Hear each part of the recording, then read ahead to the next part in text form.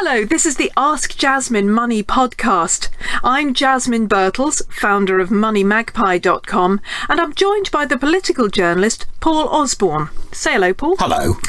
This is a monthly podcast in which we look ahead to see how you can make and save money each month and have a smile as you do it.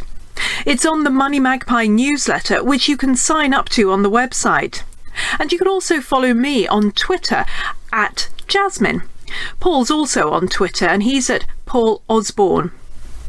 So it's March and we're all looking forward with bated breath to the exciting budget.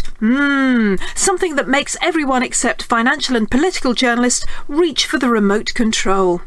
But to sweeten the pill, it's also the month for the first ever National Clear Your Clutter Day on Saturday, March the 19th, set up by me and only me. Well, it's my whole team at MoneyMagpie.com actually, but mainly it's me. Go on, Paul. Go on, ask me what's happening with the National Clear Your Clutter Day. Go on, you know you want to. So tell me, Jasmine, what's happening with National Clear Your Clutter Day? Oh, Paul. It's almost as if it was written down. Remarkable, really, and thank you so much for asking. Yes, National Clear Your Clutter Day is on Saturday, March the 19th, and it's part of my drive to get everyone to get rid of the junk that just, clutters up our lives. And also it's about clearing your mental clutter and clearing your financial clutter, because when you think about it, we've got so much information coming in constantly, TV, emails, mobile, and we're just not on top of it. We're drowning in stuff. So I'm going to help everybody and encourage everybody to get rid of that stuff. I have just gone through all of my paperwork and found bills and all sorts of things from 10 years ago. While I was putting my new thinned out paperwork away, I then walked past a big cupboard full of all sorts of things. There's a video recorder. There's a VHS video recorder, which I have absolutely no idea why it's still there. I am incapable of throwing things out. You never know when you might need something. A VHS you will throw out that VHS video recorder and then you will suddenly find the videotape of you in 1991 on Stars in Their Eyes or something and think, well, now I can never watch it. You could keep that big hunk of useless metal in your cupboard, hiding things that you could be using up space that you could have for other useful things, or you could get rid of it, possibly sell it for a tenner. You can even sell VHS machines on eBay, or just give it away through Freecycle if you liked. You could go online, find one of those people who convert from VHS, and there you are. You've had all that space. That's the way I think of it. I have a big confession to make here. I actually have three pairs of pink trousers in my cupboard, mainly because I'd forgotten each time that I already had a pink pair of trousers, because it's somewhere at the back of the cupboard and I don't really look. And this is the sort of thing that we all do. Well, I hate to repeat my point, but you never know when you might need a pair of pink trousers. I can't personally conceive of the circumstances where I would say I really wish I had a pair of pink trousers, but I'm not you. But you might have one, but would you ever manage to wear three at the same time? That's the thing. I have about 15 identical black V-neck sweaters because that's kind of my uniform. When in doubt, put on a shirt and a black V-neck. So I buy a lot of those. Goodness knows what kind of money we're all wasting on all these pink trousers and black pullovers. This is the thing. There is the thing, though. How do I monetize this, to use a phrase that the young people are all talking about? Well, quite, yes. Let's get down with the youth on this and, monetize these by selling them on various different platforms. Now, for a start, if you want some quick cash, your CDs, DVDs, books and games that you no longer want can be sold for pretty much immediate cash through Zifit.com. You just swipe the barcodes or put the ISBN number in, they tell you how much, and you go, yeah, all right, then, and they send you a check or PayPal or whatever. A lot of stuff can go on eBay, but of course they've got all those nasty charges and then you have to send them off. Things like Zifit, of course, they give you free postage and everything. With clothes, I tend to say ASOS Marketplace. That's pretty good because they don't have the charges. We've talked before about the whole thing about the amount of time that you invest in this versus the reward that you get at the end. I suppose what a lot of people will be thinking about is the idea of, finding all of your wires, untangling them, doing the advert on eBay, to, by the time you've had all the fees taken out and the inconvenience and the time of traipsing down to the post office, you might have a tenner at the end of it. The temptation is to say, and throw it all in the bin. Well, good point. Yes, and I would say if you're going to do that, at least stick it on Freecycle, because that's what I've done with. I had two. I don't know why. I had two VHS machines. You were talking about that, and I thought, I'm just going to put these on Freecycle. At least I'm going to get it out, and somebody else who wants this is going to have it. But I have certainly given bags and boxes and bags and boxes of stuff to charity shops, which I probably could have made money out of. But as you say, I sort of thought, £5, £10 for all that effort, better to give it to charity. But I'm still glad to have got rid of it, to have taken it out of my house, hopefully given it to somebody who would want it, made money for a charity, rather than having it just sitting around mouldering in my cupboards. On the much vaunted Clear Your Clutter Day, Yes. What will actually be happening? Well, we're having a Google Plus Hangout, and Google Plus Hangouts are marvellous things, or would be if people knew how to use them. It's basically free TV on the net, and I'm going to have various experts, online selling experts, auction experts, upcycling, mending experts, all of that through the day, and people can call in, they can join in the conversation live, they can show their items and get them valued, they can show their broken things and get told how to mend them, all of that. So that's what we're going to be doing on the day, and then the actual hangout itself will be videoed and we'll upload it to our YouTube channel afterwards. So, although of course it's nowhere near as enormous as the Clear Your Clutter Day, the other fabulous thing that's happening in March is the budget from George Osborne. Now, you are a political journalist, Paul, so I will expect you to have very definite views about what Mr. Osborne's going to be giving us this March. I'm not sure he's got anything left, because this is the fourth budget or budget type statement inside 12 months. Last March, we had the coalition government budget. Then after the general election, we had the Conservative government budget. Then in December, we had the autumn statement, which was effectively another budget. And now we're having another one. So when you're onto your fourth major financial statement inside 12 months, it's difficult to know what more you could do. All the exciting stuff, all the sexy stuff in a budget happens at the end. Beer and cigarettes and duties on petrol and air passenger duties, income tax rates, national insurance rates, all of that stuff that makes the headlines comes at the end of the budget. The problem is the really important stuff that tells you what's really going on is at the beginning of the budget, because that's when he's going to set out how much money is going to be coming in and how the economy is doing. So watch to see what the growth forecast is from the Office Budgetary Responsibility. Now, in the autumn statement, they said that growth this year would be 2.4%. And the CBI in February downgraded its growth forecast. So if the OBR downgrades its growth forecast, is that important? It is, because the OBR forecast is what determines what the Treasury expects to have coming in, how much money it will have to spend in the next year. And if that falls, if they say the economy isn't going to grow by as much as they expected, that means they're expecting less money in tax revenue. And that means they have less money to play with, which either means they have to find more things to cut, or they have to find more ways to bring more money in other ways, either by raising taxes or by cutting reliefs on taxes. Now, everyone's so obsessed with the EU referendum that we've not talked that much yet about what's going to happen in the budget. But one thing that is widely expected to happen is a big change to the tax relief on pension contributions. So at the moment, when you make a contribution to your pension scheme, you get tax relief from the government based on what rate of income tax you pay. So if you're a basic rate taxpayer, effectively for every pound you're putting in, you're getting 20p back for your 20% tax rate. But if you're a higher rate taxpayer, you get 40 pence for every pound. If you're paying the even higher rate, it's 45 pence for every pound. Now, obviously, anyone's going to welcome free money, but there's an argument that it's not necessarily fair to give twice as much tax relief to people who are already earning more than most people.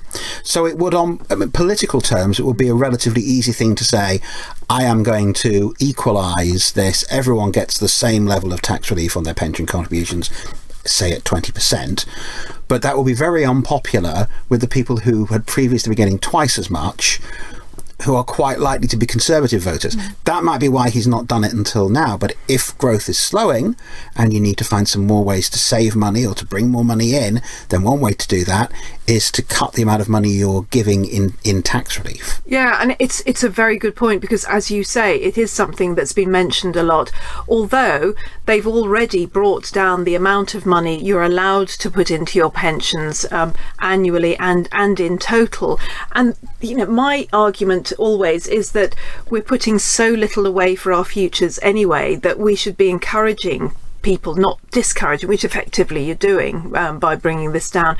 I agree, though, that what else can he do? The other thing that I've heard he may do is whack a load more duty on petrol, given that the oil prices are low. The risk is always of a revolt that then prompts you into an embarrassing climb down. So if you think that, there was the announcement that he was going to make massive changes to tax credits for people in work, which he had to back down over in the end and do a complete U-turn on. Well, politicians don't like doing complete U-turns. And so he will be thinking, how can he make more money without getting a revolt on his hands? But of course, the price of petrol has come down so much because of all the concerns about the global economy. There's a massive oversupply of oil. There are concerns about growth in the Chinese economy. We have tied ourselves to the Chinese and Indian economies growing rapidly and us taking advantage of that. They're not growing as rapidly now. There has been more talk in the last year or so of the possibility of another big downturn. And so he will also want to be insuring himself against that. The phrase that he's used since 2010, fixing the roof while the sun shines. You could argue, well, the sun's been shining and we're now about to find out whether he's fixed the roof. Exactly, and everyone's saying, oh, he hasn't, and that's going to be so annoying to him if it's thrown back in his face. I totally agree. And the other thing that I think he should do but won't is to take more money away from the pensioners, because as we've seen in the last few years, the pensioners have been given or have had their money protected, while the young people, the young families, the workers, they've had it taken from them. I'm guessing because it's the pensioners who vote, and very often vote Conservative. I have had this argument with groups of young people, makes me sound so old, over and over again. If you want politicians to take you seriously, if you want them to stop taking money off you, if you want them to stop cutting your access to things like housing benefit or making it more expensive to go to university, and you look enviously at your grandparents as they enjoy their triple lock guarantee on pensions and their free television licenses and their free public transport and all these other things, the thing they have that you don't is they vote. At the general election last year, 80% of people over 65 voted and 40% of people under 25 voted. And amazing. The Conservatives had more than double the lead among those older voters that they had among the general population. The Conservative Party look after pensioners because pensioners look after the Conservative Party. And if you want to be engaged in the political debate and you want to have your voice heard, an MP, a politician, a cabinet minister is not going to listen to you unless you vote. There are two opportunities for voters to have their say this year, May the 5th and June the 23rd. So if more young people get out and get involved in the process, then maybe they'd be a bit more likely to listen to you. Yeah, it's not hard, is it? I've always said I always vote because women have died so that I could have the vote. And still around the world, people are dying so that others can vote and take part. So it's just for every reason possible. I think we just have to vote. Even if you spoil your vote, go in and do something. But this is the end of the tax year. March, well, nearly anyway, near as damn it. April the 5th is the end of the tax year. And if you're in the happy position of having a spare £40,000, now is your last chance to put it in a pension product for this year. And then, of course, there are also ISAs, which are looking more and more pathetic all the time in every way. I mean, as you know, I tend to promote stocks and shares ISAs. I never do cash ISAs. But at the moment, even those are looking a bit sad, certainly this year, possibly next year as well, because the stock market's unlikely to do pretty well. I do think that if the government does cut back on paying on our pension tax relief, then it's going to be even harder for us to put money away for the future. And Saga has just said that just to get a basic 10 grand a year, we're going to need at least £200,000 in our retirement pot when we retire. most people have no more than £28,000. So there's got to be more ways that we can find to encourage people to put money away for their future, because government's not going to be able to support us forever. The political problem with this is that politicians think in terms of this year, the next election cycle, 5 years, the next general election, and maybe 10 years, the time they think their career might peak or fall. When you talk about issues around pensions, when you talk about things about long-term care costs, these are things that are massively important, that everybody knows are massively important. But from a political perspective, there is no gain for a politician in giving you the harsh message and telling you to knuckle down and save more, and telling you to think about what are you going to do if you need long-term care. As the politician, I'm not going to be around when you're claiming your pension. I'm not going to be in Downing Street or in the Treasury when you are looking for a care home. As awful as it is, the way the political system works, it mitigates against long-term problems. Well, we've got really serious here. So just to lighten the mood a little, I just wanted, did you know that Birmingham is now the caravan capital of the UK? Apparently, they have more caravans there than anywhere else in the UK. Southport is the hottest destination for caravan holiday makers. And apparently, caravan owners say they potentially save about £80,000 on holidays because, well, it's so much cheaper. Are you a caravan fan, Paul? I couldn't describe myself as a caravan fan. I'm fascinated by the... Do you know where I think these caravans have come from? Where? Come. Bullseye. Do you remember Bullseye? No, well, the darts-based quiz game that was a big hit in the 80s and 90s. Made in either Birmingham or Nottingham, but made in the Midlands. The part of Britain that is furthest away from the coast. And every week, these two people would come on, and for throwing a few darts, almost every week, the prize they would be given will be a caravan. If not a caravan, it will be a motorboat or something that you would give in the place that was the most landlocked part of Britain. This is why the Midlands is awash with caravans. They all won them on Bullseye. But Southport, Southport, the top destination for caravans. I'm from not a million miles away from Southport. I'm from Preston. For people of the Northwest, Southport was kind of the posh Blackpool. And Blackpool was the slightly common seaside resort, and Southport was... We would always go to South because it had a kind of Edwardian arcade, and it looked quite nice, and nice little shops, little coffee shops and things. And then a few years ago, my grandmother was still alive. I took her out for the day, and she always used to take me to Southport when I was a kid. So, well, it'd be nice, I'll take her to Southport. So I took her to Southport with tea and a cake and whatever, and went for a walk. It was a nice day. Let's go to the pier. They have a pier in Southport. So we went all the way down the end of the pier. No mean feat when you're pushing somebody in a wheelchair. All the way down the end, Southport Pier. And what do you think I found at the end of Southport Pier? Anything? Nothing? Absolutely nothing. Yeah. Except a telescope.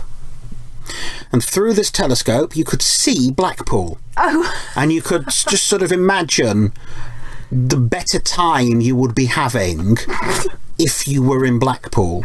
Yes. I mean, I don't mean to, demean the people of Southport. It's my part of the country. But put something on your pier. I think my other issue with caravans is I understand the cost appeal. I understand that it's cheap or cheaper to have a caravan, but it's not exactly a change of scene, is it? Everywhere, if you go somewhere, you stay in a hotel or you rent something in Airbnb or something, it's a new place. It's a new sight out of the window every day. It's a new experience. If you take your caravan somewhere else, fundamentally, you still wake up in the caravan. As if it were parked on your driveway.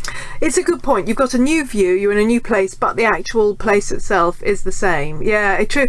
And if you do like the idea of a caravan, it is possible to get a free one through Park Holidays, which are mostly down in the south, I think. What they do, these are these fixed caravans, and people have them. I mean, there again, it's a bit like, as you say, if you're going to have a caravan, wouldn't you have one that you can take around the place rather than having a fixed one? Because that's even worse. You've got the same place in the same place. Yeah. But having said that, you could potentially get one for free with Park Holidays. You have to pay for, I think you're still having to pay about £4,000 a year for the area where it is and services and stuff like that. The last thing I would want is for someone listening to this thinking, he's got a real issue about caravans and people with caravans. What is his problem with caravans? But £4,000 a year, think of the holiday you could have for £4,000. Exactly. That, to be honest, that is what comes to my mind. At holidays, Yeah. you know, you could have Take 8 a nice cruise. ones.